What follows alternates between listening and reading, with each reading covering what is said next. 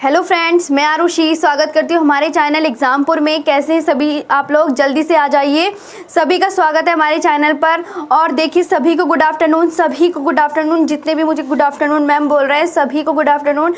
और आपको बताइए मर्दा का टॉपिक चल रहा है तो मैंने आपको बता रखा है भाई, डिटेल से पढ़ेंगे और आराम से और अच्छे से पढ़ेंगे। जल्दी जल्दी करने की कोशिश नहीं करनी चाहिए, हर काम को इजीली करना है ना, तो आराम से चीज़ें समझनी चाहिए। देखिए अब आज का जो टॉपिक है हमारा मिट्टी का ही, सोयल फॉर्मेशन। आज की क्लास में ये कर लीजिए और कल की क्लास से आपकी लाल पीली काली मिट्टी शुरू हो जाएंगी। और फिर उसके बाद जो है आपका एक दिन के अंदर अंदर 1-2 दिन और लगेंगे, इस टॉपिक को ख़त्म हो जाएगा। फिर हम कुछ अच्छा सा नया टॉपिक लेंगे ज्योग्राफी का। देखिए अभी तक आपको जो भी चल रहा है, नदियाँ भी कंप्लीट हो गई हैं, नदियों के बाद जो मिट्टी भी कंप्लीट हो गई है। दोनों भारतीय भूगोल के मोस्ट इम्पोर्टेंट फेवरेट टॉपिक बोलते हैं ना, फेवरेट चैप्टर, उसी टाइप के ही मिट्टियाँ भी बहुत इंपॉर्टेंट है। और देखिए मिट्टी भी, नदियाँ भी बहुत इंपॉर्टेंट है। और मैंने आपको नदियाँ भी करवा दी हैं और ये मिट्टी तो चली रही है आपकी। तो देखिए चलिए उसके आगे जो हमने कल परसों मैंने आपको बताया था, अम्लीय क्षारीय मिट्टी, पीएच मान कितना होता है, ये सब बताया था कि मृदा संगठन में क्या क्या चाहिए, खनिज चाहिए, ह्यूमस तथा कार्बनिक पदार्थ कितना होना चाहिए, मृदा वायु कितनी होनी चाहिए, मृदा जल कितना होना चाहिए, सूक्ष्म जीव, कवक और जीवाणु, ये सब की बातें हम कल कर चुके हैं। अब हम आगे चलते हैं। लास्ट जितने भी फ्रेंड्स देखें नए मेरे से जुड़े हैं वो मेरी प्लेलिस्ट देख सकते हैं आरआरबी एनटीपीसी की। और अभी जो है डेली 3:30 बजे मेरी क्लास होती है, 1 बजे भी होती है और 2:30 बजे भी होती है यूट्यूब पर। चलिए आगे बढ़ते हैं। अब हेडिंग डालिए सबको। और देखिए बार बार मैं ये रिपीट करती हूँ कि मेरी क्लास में आपको नोट डाउन जरूर करना है, तभी आपको इसकी वैल्यू पता चलेगी। अगर नोट डाउन नहीं करेंगे तो आपको कुछ भी समझ में नहीं आएगा। सोयल फॉर्मेशन, यहाँ बात करेंगे कि सोयल फॉर्मेशन यानी कि मिट्टी का निर्माण कैसे होता है। किसका निर्माण? मिट्टी का निर्माण। मिट्टी का निर्माण देखिए पॉइंट वाइज लिखते चलिए।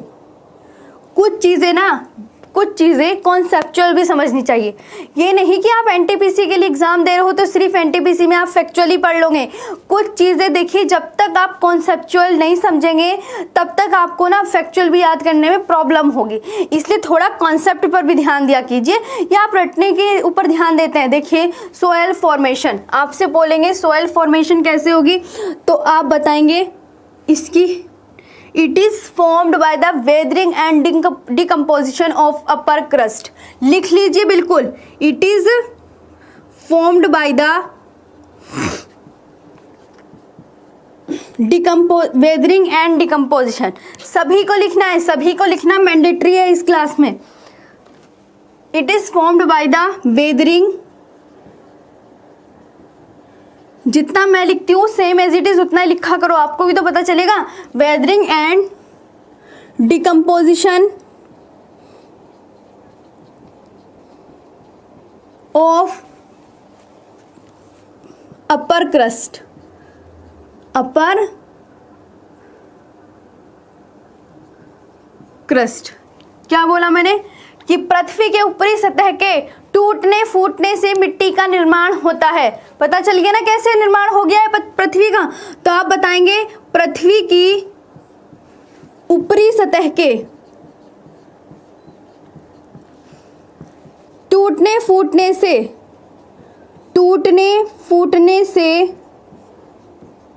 मिट्टी का निर्माण होता है।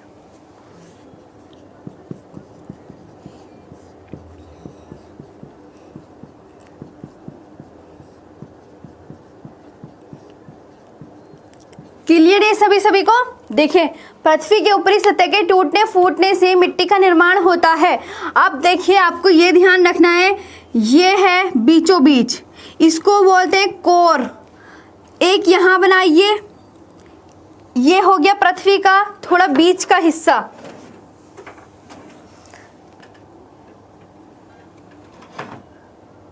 और एक और है ये, जैसे जैसे मैं बना रही हूँ एज इट इज बनाना है आपको भी। इसको कोर बोला मैंने, और इस वाले का नाम है मेंटल, और इसका नाम है क्रस्ट, CRUST। बस अब आपको पता चल गया कि पृथ्वी कितने भागों में बटी है। पृथ्वी 3 भागों में बटी है। Core, mental, crust. कोर सबसे अंदर का हिस्सा, बीच का हिस्सा मेंटल, उसके ऊपर का हिस्सा क्रस्ट। तो आप अभी बताओगे, देखिए मैंने यहाँ पे बोला पृथ्वी की ऊपरी सतह के टूटने फूटने से मिट्टी का निर्माण होता है। तो पृथ्वी की ऊपरी सतह कौन सी हो गई? ये हो गई पृथ्वी की ऊपरी सतह। क्लियर सभी को? चलिए आगे चलते हैं। अब यहाँ पर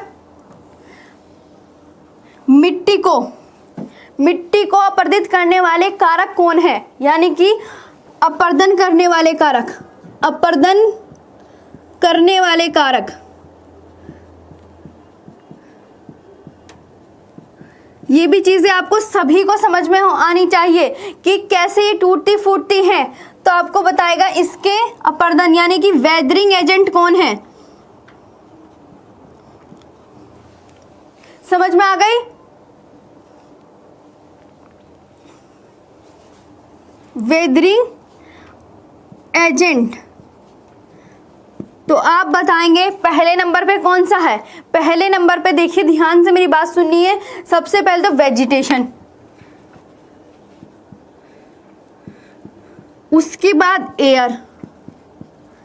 ये पॉइंट्स आपको ध्यान रखने हैं। Vegetation, air, water, different types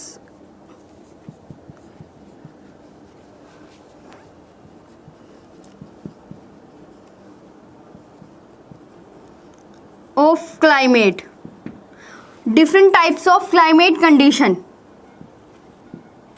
climate condition, बस आपको ये चीजें याद रखनी है कि एक तो देखिए अपर्दन करने वाले कौन कौन से हैं। तो आप बताएंगे धूप, वायु और हवा के कारण। देखिए धूप, जब तेज धूप पड़ेगी, तेज वायु उस पे पड़ेगी, तो किसी का भी जो है उसका अपर्दन माने टूटना फूटना। सिंपल सी लैंग्वेज में इसको बोलेंगे टूटना फूटना होता है। तो ये टूटने फूटने के कारक यानी कि टूटने फूटने वाली चीज़ें जो काम करती हैं, टूटने फूटने में हेल्प करती हैं, वो ये हैं। एयर, किसी एयर पे देखिए चट्टान पे जब एयर तेज से लगेगी, जब वाटर तेज से लगेगा, और यही निरंतर प्रक्रिया लगातार चलती रहती है। डिफरेंट टाइप्स ऑफ क्लाइमेट यानी कि कभी बरसात आ रहा है, कभी इतनी तेज़ गर्मी हो रही है, कभी इतनी तेज़ तूफान आ रहा है, कभी इतनी तेज़ जो है जब वो हो रही है, बारिश हो रही है, तो ये तेज मार पड़ती है चट्टान के ऊपर, तो ये सब होता है और जो है ये सब टूट जाता है। तो different types of climate condition, इतना पता चल गया। अब देखिए ये आपको अच्छे से याद रखनी है पृथ्वी के विषय में। It is formed by the weathering and decomposition of upper crust. ये याद रख लेना कौन सी क्रस्ट है, तो आप बताएंगे अपर क्रस्ट। आगे चले, पृथ्वी की ऊपरी सतह के टूटने फूटने से मिट्टी का निर्माण हो रहा है। तो पृथ्वी की ऊपरी सतह मैंने आपको बताई थी, ये रही क्रस्ट। चलिए आगे बढ़ते हैं। आपसे बोलेंगे कि अपर्दन करने वाले कारक कौन से हैं? वेदरिंग एजेंट यानी टूटना फूटना जिससे होता है, वेजिटेशन से, एयर से, वाटर से, different types of climate condition. आगे चले, देखिए इसको मैं रफ कर रही हूँ। अब ये चीज़ें भी आपको देखिए बेसिक इन्फॉर्मेशन आपको ज़रूरी है, तभी हम आगे बढ़ेंगे। जल्दी से अगला पॉइंट डालिए, अगले टॉपिक पर आते हैं सभी। और सभी देखिए जितने भी हैं लाइक कर दीजिए, शेयर कर दीजिए, बिल्कुल बिना कहे लाइक कर दिया कीजिए। और सभी अच्छे से जैसे जैसे मैं लिखवाती हूँ ना, मेरे साथ आप भी लिखा कीजिए। मैं आपसे बार बार ये रिक्वेस्ट करती हूँ, जैसे मैं लिखती हूँ वैसे ही आप लिखा कीजिए। आपको खुद इनकी नोट्स की खुद जब अपने पास बना के रखोगे पता चल जाएगा। एक तो देखिए मिट्टी में खनिज का बहुत जिक्र आता है, तो आप ये भी जान लीजिए। टाइप्स ऑफ मिनरल्स,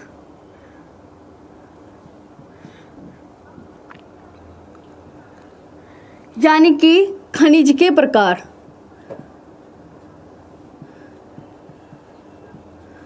तो आप ये बताएंगे उत्पत्ति के आधार पर, मैंने बोला है ओरिजिन के आधार पर, उत्पत्ति सिर्फ उत्पत्ति के आधार पर खनिज 2 प्रकार के होते हैं। एक तो ऑर्गेनिक और एक होता है इनऑर्गेनिक। इसको बोलते हैं जैविक खनिज और इसको बोलते हैं अजैविक खनिज।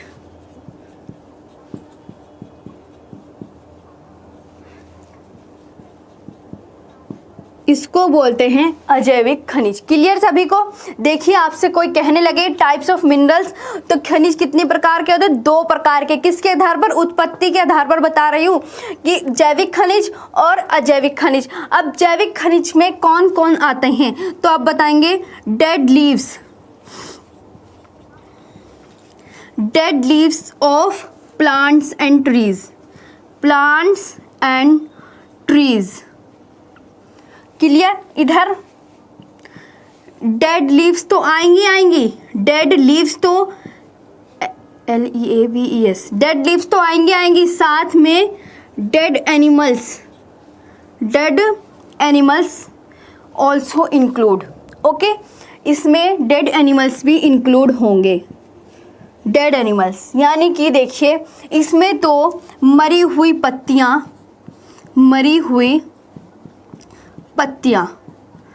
अब पत्तियां आपको पता ही है पेड़ों से तो गिरेंगी, कहीं और से तो गिरने की नहीं, तो मरी हुई पत्तियां पेड़ों की, तो पेड़ों की मरी हुई पत्तियां। यहाँ पे भी पेड़ों की मरी हुई पत्ती, और दूसरी मरे हुए जीवों के सड़े गले अवशेष। मरे हुए जिंदों के थोड़ी हो रहते हैं सड़े गले अवशेष। मरे हुए जीवों के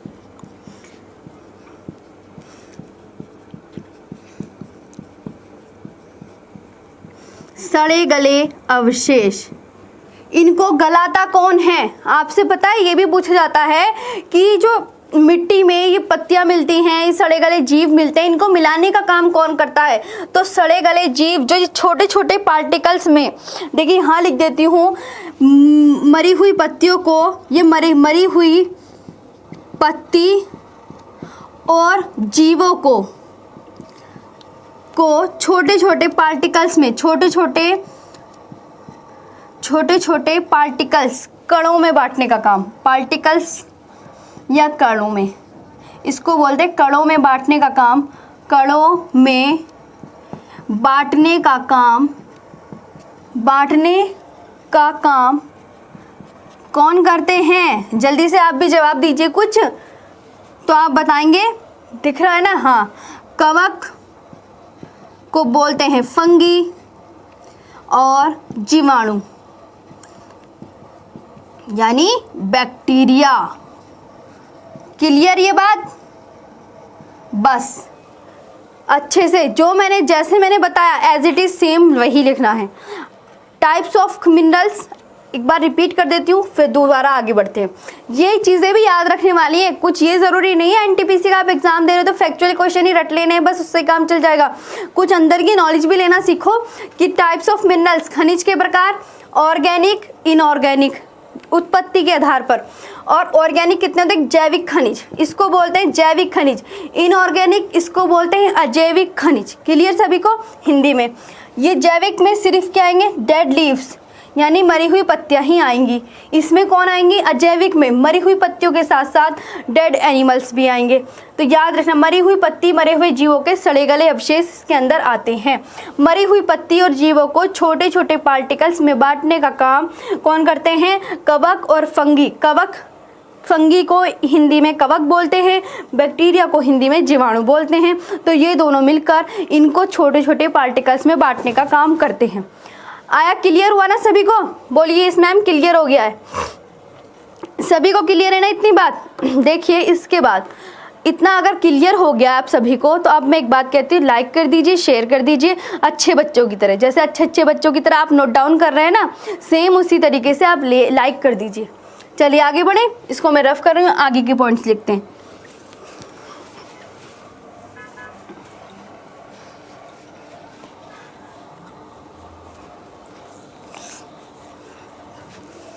कुछ ये टर्म्स भी आपको आने चाहिए, बस बेसिक इन्फॉर्मेशन आपको अच्छे से पता होनी चाहिए।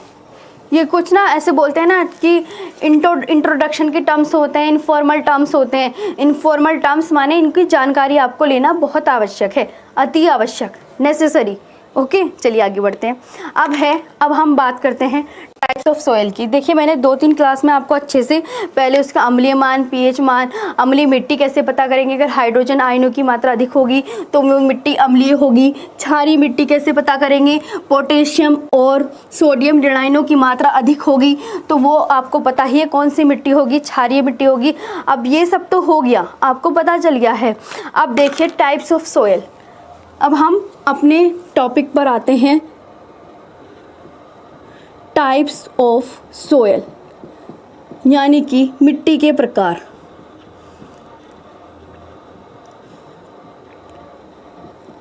जल्दी जल्दी अच्छे से प्यारे प्यारे सुंदर सुंदर आपको भी नोट्स बनाने हैं मेरी तरीके से। देखिए आपको ये बोलना है मिट्टी के प्रकार। मिट्टी 2 भागों में बटी हुई है। पहली बात तो ये, पहली बात किसमें, एक तो है कणों के आधार पर। लिख लीजिए अच्छे से, कणों के आधार पर। इंक कम हो गई है। कणों के आधार पर, तो आप बोलेंगे कणों के आधार पर कौन, यानी कि सोल्ट, सिल्ट और क्ले। सोल्ट, सिल्ट और क्ले, याद रखनी है, सोल्ट, सिल्ट और क्ले। कणों के आधार पर आपको ध्यान रखनी है सोल्ट, सिल्ट और क्ले। क्लियर सभी को? देखिए 1 मिनट।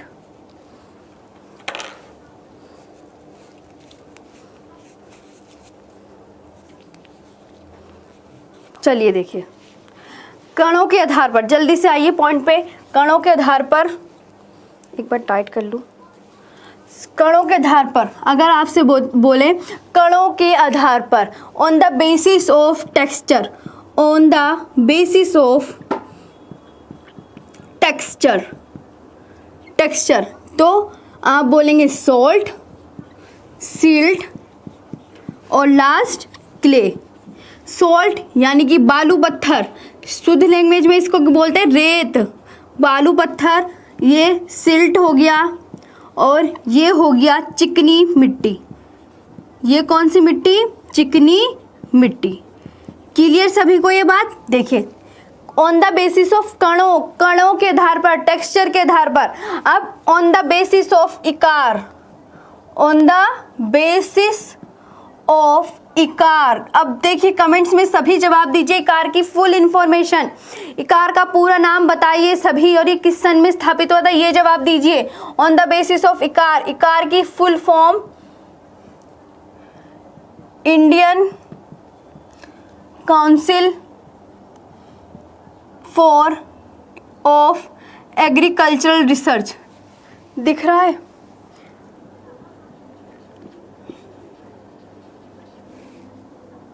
Agricultural research. अब भारतीय कृषि अनुसंधान परिषद, हिंदी में लिखेंगे इसको भारतीय कृषि अनुसंधान परिषद। भारतीय कृषि अनुसंधान परिषद, इसका सन 1986 ने भारतीय मिट्टी को 8 भागों में बांटा है। भारतीय मिट्टी को कितने पार्ट्स में बांटा है?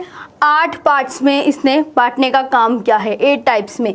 पहले नंबर पर देखिए, हर कहीं आपने देखा होगा पहले नंबर पर एलुवियल सॉइल ही आती है, एलुवियल सॉइल ही आती है। दूसरे नंबर पर देखिए BRLMD,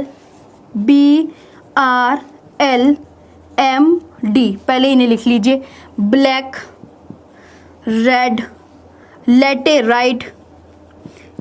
इसके बाद ये कौन सी है? माउंटेन,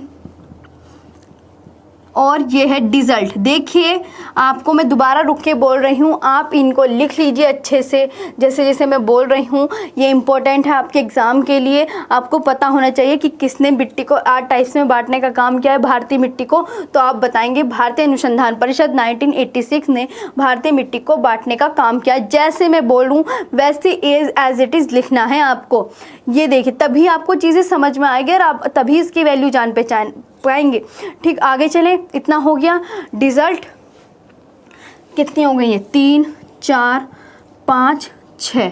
अब 7वीं है पीटी देखिए 7वीं है पीटी एंड मार्शी सोयल। कौन सी सोयल है? PT and marshy soil, PT soil, PT soil.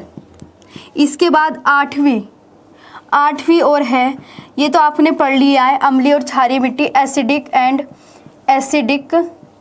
And alkaline soil, alkaline soil. बस ये रखनी है आपको इतनी मिट्टी याद, इतनी मिट्टी आपके विषय में। और देखिए कल से इनके मिट्टी में आप इनको पढ़ लेंगे और आपका ये टॉपिक पूरा कंप्लीट हो जाएगा, ये कंप्लीट हो जाएगा आपका, ये पढ़ लोगे तो बस इतना ही है।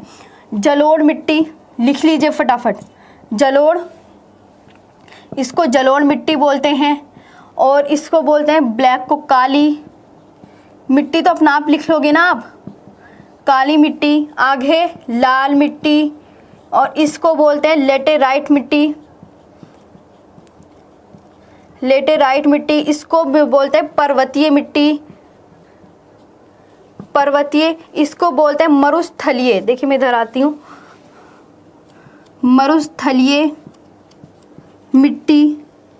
और इसको बोलते हैं पीटी सोयल, यानी कि ये जो पीटी सोयल है इसको बोलेंगे दलदली मिट्टी, मिट्टी खुद लिख लेना। इसको अम्लीय और क्षारीय मिट्टी, यहाँ लिख देती हूँ, इसको अम्लीय और क्षारीय मिट्टी।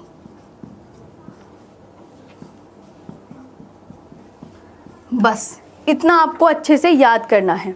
इसके बाद जो मैंने लिखवाया बस इतना आपको पता होना चाहिए कि टाइप्स ऑफ सॉइल, मिट्टी के प्रकार, कितने कणों के आधार पर मिट्टी कितने टाइप्स की। देखिए अब मैं रिवीजन करवा रही हूँ आपको इसका कि मिट्टी के प्रकार यानी कि कणों के आधार पर मिट्टी कितने प्रकार की होती है।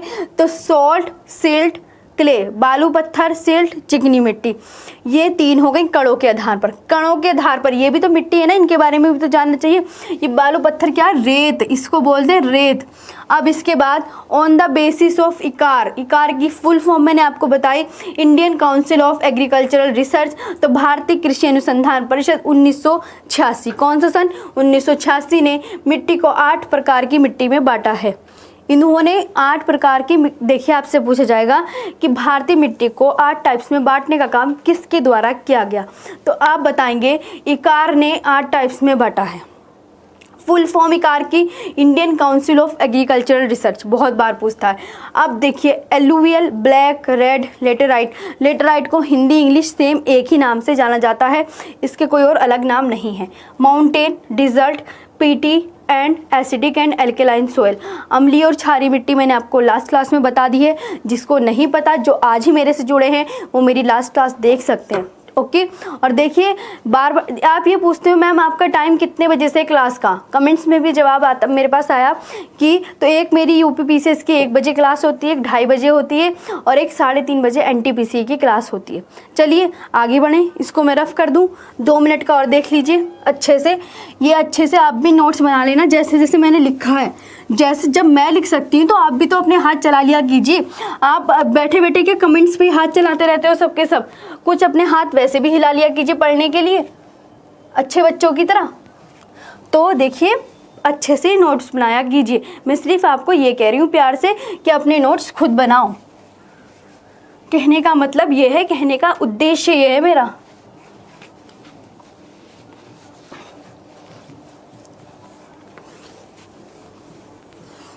हर हंसी मजाक में पढ़ना चाहते हो तो तुमने तो फिर अच्छी खासी पढ़ाई कर ली, कुछ नहीं रखा हंसी मजाक में पढ़ने से। ठीक, आगे बढ़ते हैं। चलिए देखिए एक और आप पॉइंट्स अच्छे से याद रख लीजिए। ये जो पॉइंट्स हैं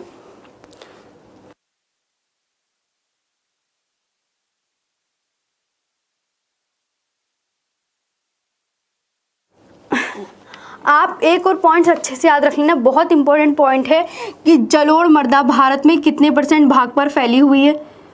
जलोढ़ मृदा भारत के कितने % भाग पर फैली हुई है, लाल कितने % भाग को घेरे हुई है, इसके बाद काली। तो ये सब आपको जवाब देने हैं कि कौन सी मिट्टी कितने % भाग पर फैली हुई है।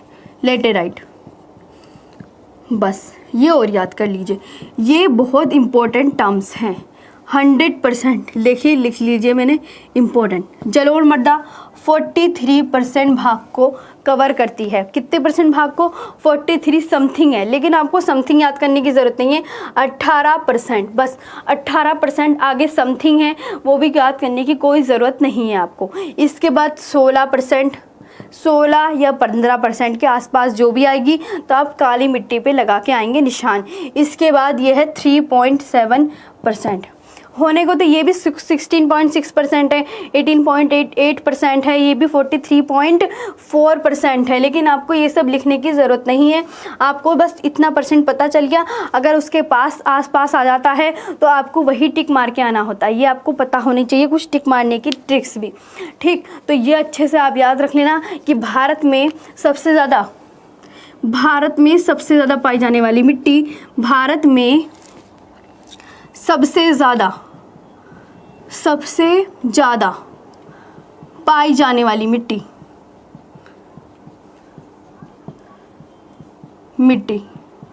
देखिए कौन सी, ये है। बस ये अच्छे से आप नोट्स बना के ये ज़रूर लिख लेना।